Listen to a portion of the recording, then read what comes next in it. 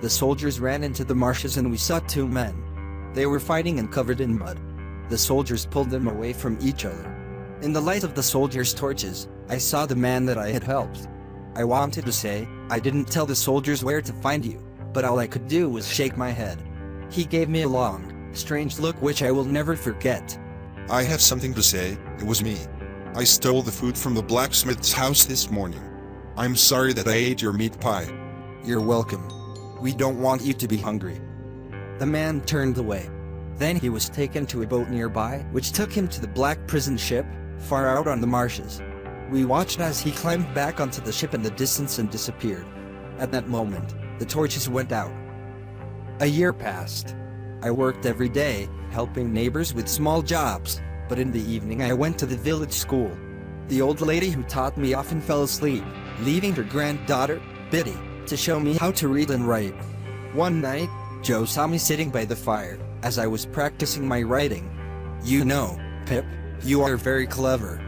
Did you never go to school, Joe? No, Pip. My father didn't let me go, but he had a good heart. He taught me to be a blacksmith. And after he died, I met your sister. She's a fine woman. I'm glad you think so, Joe. I wish she wouldn't hit you, though. I would rather she hit me than you. We'll always be best friends, won't we, Pip? If this boy isn't grateful to me now, he will never be. Miss Havisham wants Pip to go to her house, she said. And he must go, or I will make him work hard here.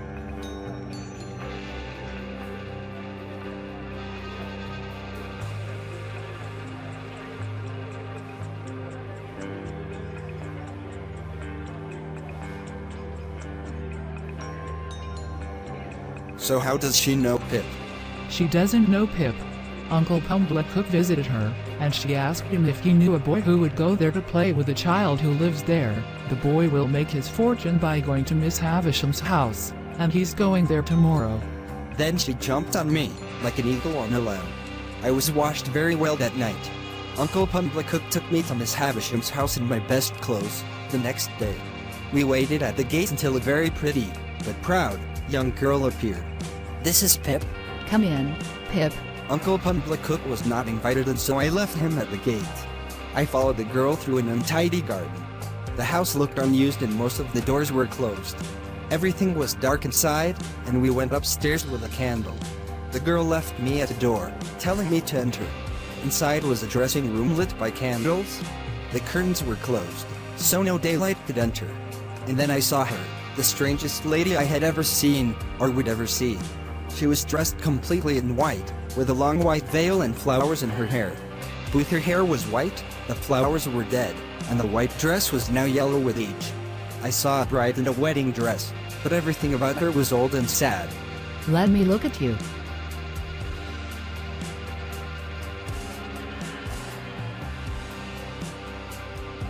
Do you know what I have here? Yes, madam. It's your heart. A broken heart. I am tired, and I am bored. Play. I cannot play alone. Call Estella.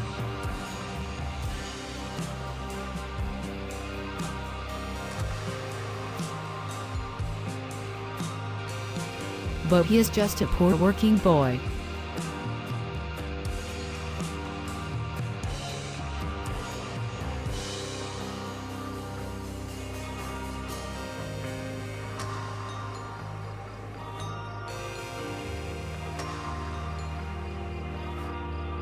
What dirty hands you have. And what ugly boots.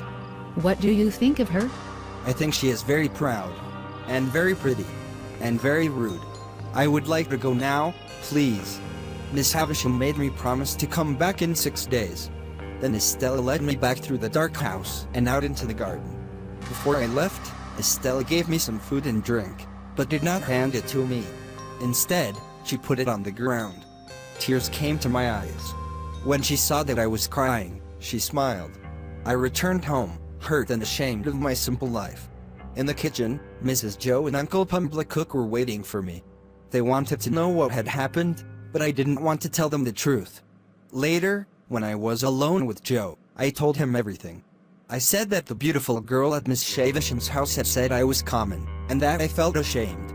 Joe told me to be happy with my position in life, but I could not forget what had happened.